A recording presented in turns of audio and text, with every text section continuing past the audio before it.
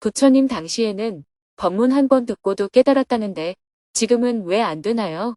2026년 2월 8일 인도정토회 이사회 석가족 법회. 안녕하세요. 상카시아에서 아침이 밝았습니다. 오늘은 오전에 인도정토회 이사회에 참석하고 수자타 아카데미 초창기 활동가였던 수레스님의 기숙학교를 방문한 후 오후에는 석가족을 위한 법회를 했습니다. 스님은 새벽 수행과 명상을 하고 아침 공양을 했습니다. 9시부터 인도정토회 이사회가 예정되어 있어서 오전에는 원고 교정을 하고 업무를 보았습니다. 오전 9시 담마센터 3층에서 인도정토회 이사회를 시작했습니다. 3귀와 5개를 독송한 후 스님이 인사말을 했습니다. 만나서 반갑습니다.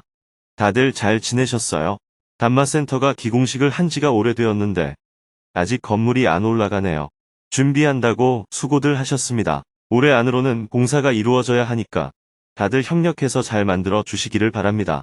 그러면 시작하겠습니다.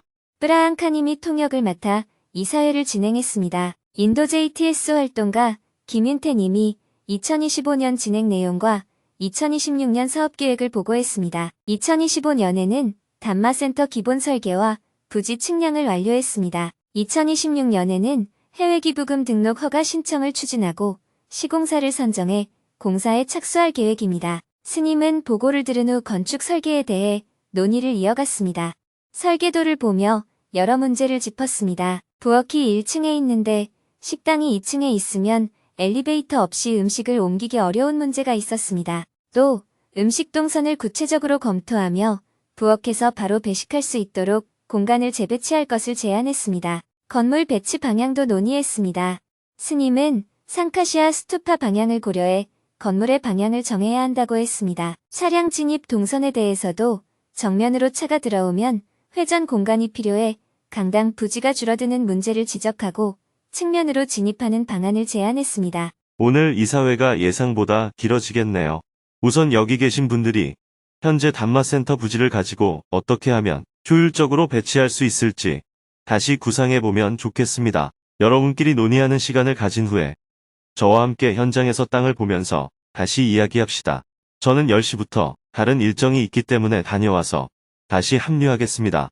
스님은 이사회 구성원들에게 논의할 시간을 주고 근처에 있는 수레스님의 기숙학교를 방문했습니다. 학교 입구에서 수레스님과 교사 몇 분이 스님을 맞이했습니다. 야외 강당에 들어서니 60여 명의 학생이 스님을 기다리고 있었습니다. 스님은 먼저 불단에 참배하고 학생들과 인사를 나누었습니다. 나마스테. 공부 잘하고 있어요? 스님은 학년별 학생 수와 어느 지역에서 온 학생들이 기숙하고 있는지 확인했습니다. 학습하거나 운동할 때 필요한 게 있나요? 아니요, 없습니다. 다행이네요. 스님은 한국에서 온 불교 승려예요. 궁금한 게 있으면 물어보세요.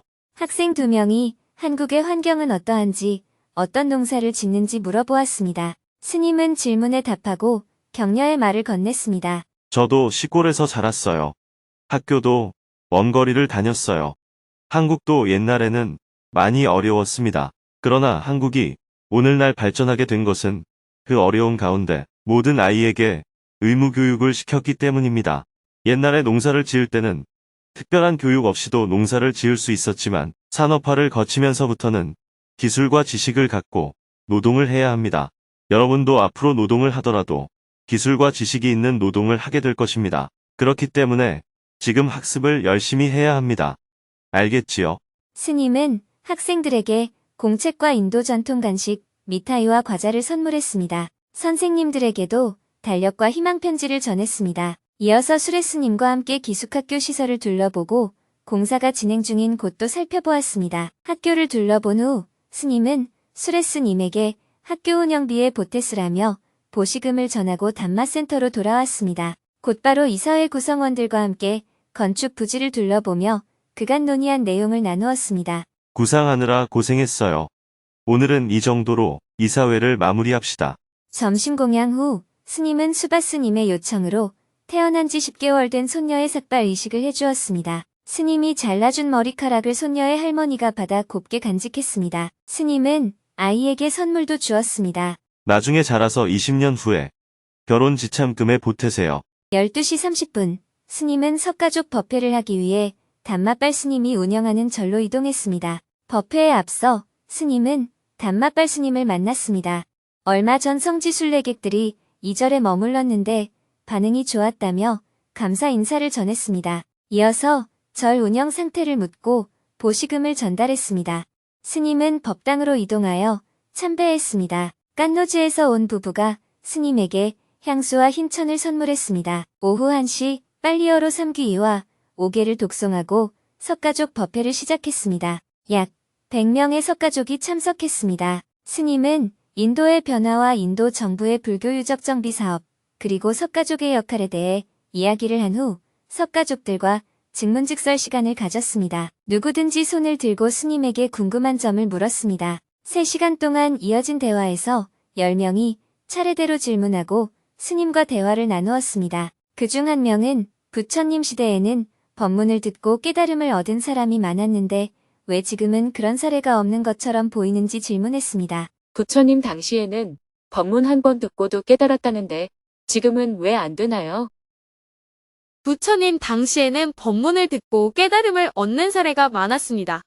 그런데 지금은 스님의 법문을 듣고 깨달음을 얻었다는 이야기를 들을 수가 없습니다. 왜 지금은 깨달음을 얻는 사람이 없는 것처럼 보이는 걸까요? 현대사회에서는 깨달음이 불가능합니까?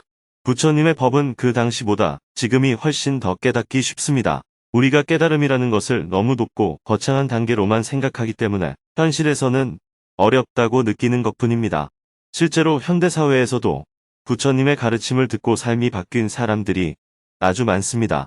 정토회 회원들도 대부분은 원래 불교와 인연이 없던 사람들입니다. 각자 깊은 고뇌 속에 살다가 부처님의 법을 만나 관점이 바뀌었고 정토회 회원이 되어 꾸준히 활동을 해나가면서 자신을 변화시켜 나갈 수 있었습니다. 여러분들이 변화가 없는 이유는 질문을 자꾸 지식이나 생각으로만 하기 때문입니다. 머리로 이해해서 모르던 걸 아는 것은 지식을 늘리는 것일 뿐 마음을 변화시키는 암과는 다릅니다. 불교의 핵심인 사성제는 이것이 괴로움이다라는 사실을 직시하는 것에부터 출발합니다. 나는 지금 이것 때문에 괴롭습니다라는 자기 문제를 분명히 가지고 있어야 깨달음으로 가기가 훨씬 쉽습니다. 그러니 이제부터는 관념적인 질문은 내려놓고 대신 여러분 삶 속에 구체적인 괴로움을 질문해 보세요. 그러면 대화의 차원이 달라질 것입니다. 스님의 제안에도 불구하고 석가족들은 여전히 불교를 어떻게 더 발전시킬지와 제도, 역사, 갈등 같은 주제를 중심으로 스님에게 질문을 이어나갔습니다. 불법을 위해 활동하고 싶은데 비구니가 되어 더 적극적으로 활동하고 싶습니다. 여성이 비구니가 되려면 어떤 방법이 있나요? 부처님의 상가에는 비구, 비구니, 우바이, 우바세가 있는데 현재 인도 사회에서는 여성 활동가의 비중이 너무 적습니다. 어떻게 하면 여성 활동가들이 더 많아지고 무게 있게 활동할 수 있을까요? 30년 전에 비하면 이곳 상카시아에 절도 생기고 법문을 듣는 사람도 늘었으니 이것도 분명 변화입니다. 이제 앞으로 불교를 발전시키려면 우리가 무엇을 해야 할까요? 베트남이나 다른 나라 스님들은 노란 가사를 입고 오는데 한국에서 온 스님들은 회색 옷을 입고 옵니다. 한국 스님들은 왜 다른 색 옷을 입나요?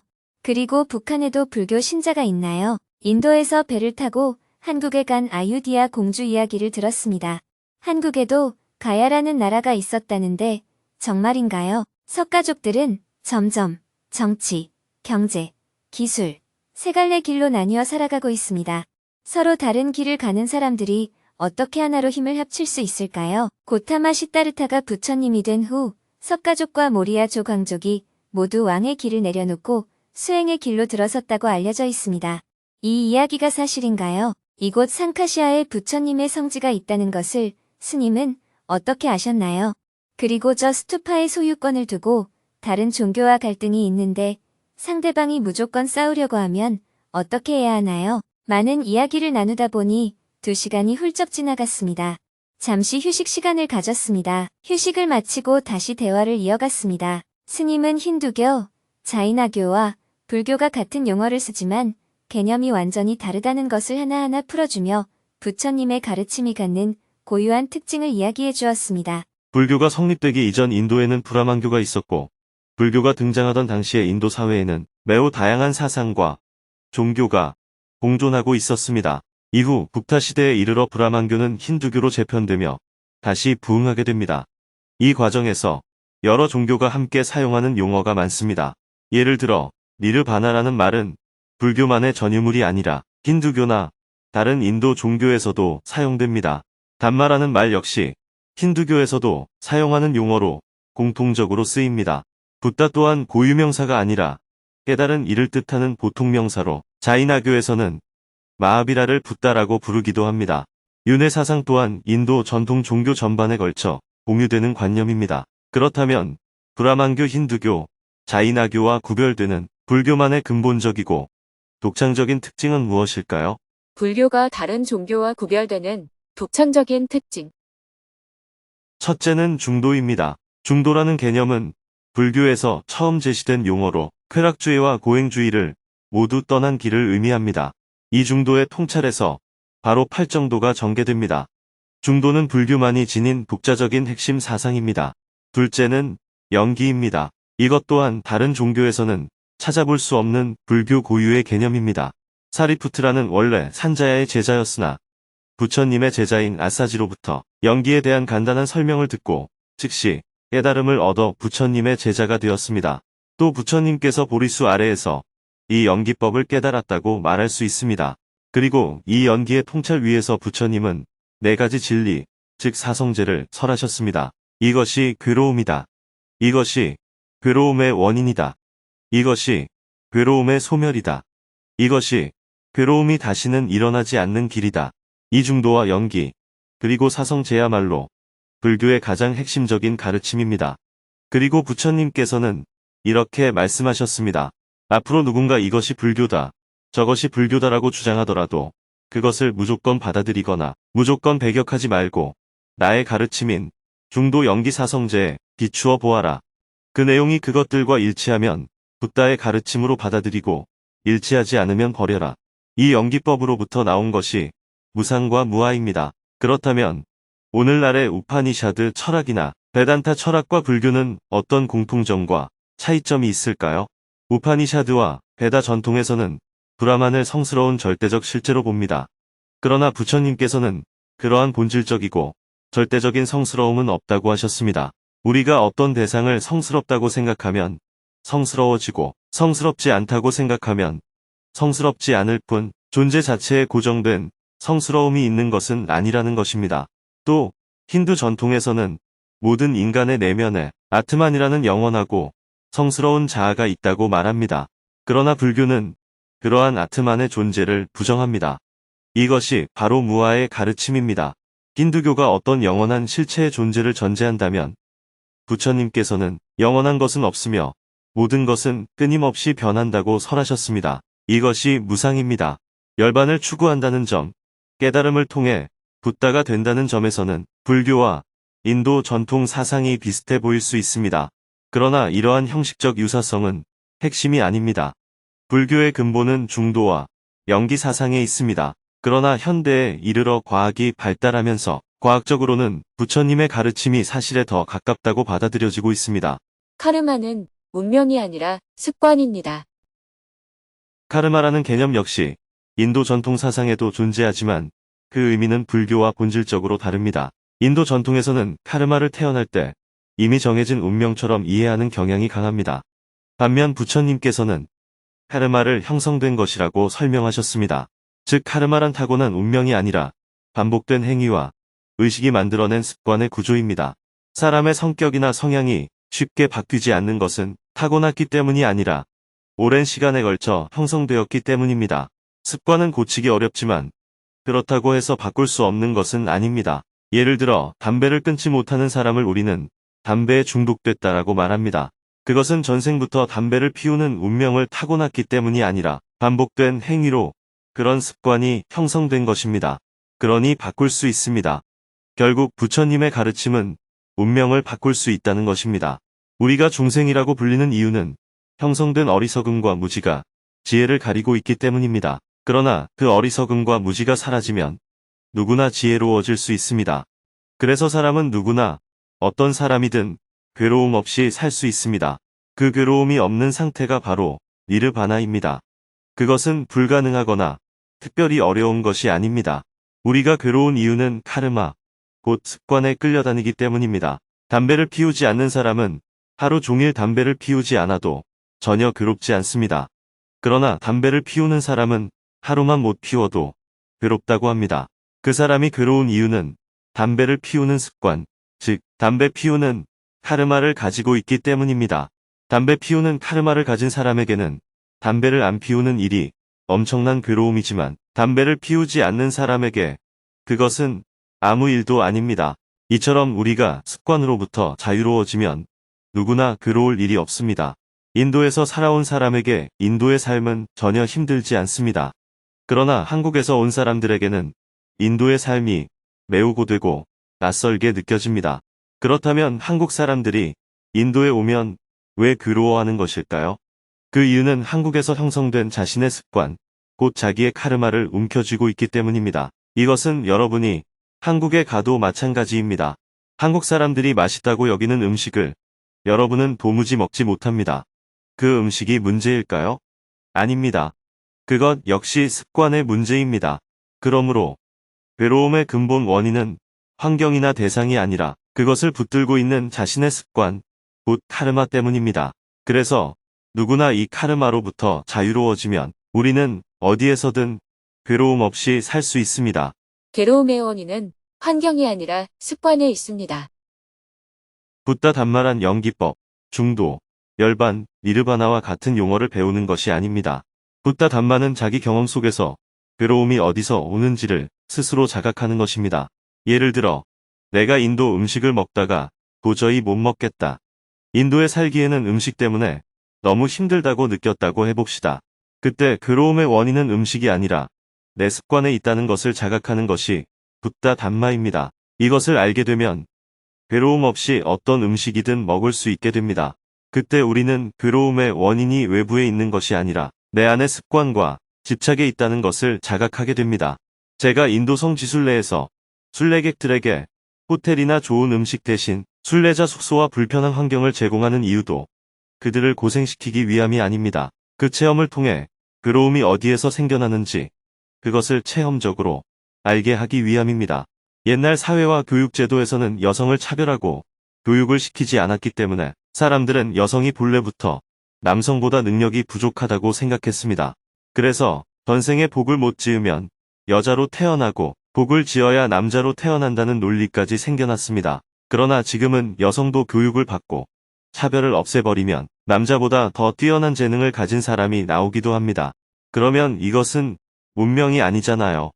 붓다 단마의 위대함은 여기에 있습니다. 니르바나는 다시 태어나지 않는 것이 아닙니다. 윤회라는 말도 인도 전통에서 쓰는 의미와 불교에서 쓰는 의미가 서로 다릅니다. 인도 전통에서 윤회란 사람이 죽었다가 다시 태어나는 것을 말합니다.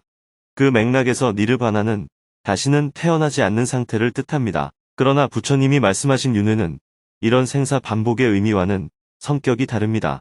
우리는 모두 욕구를 가지고 살아갑니다. 욕구가 충족되면 기분이 좋아집니다.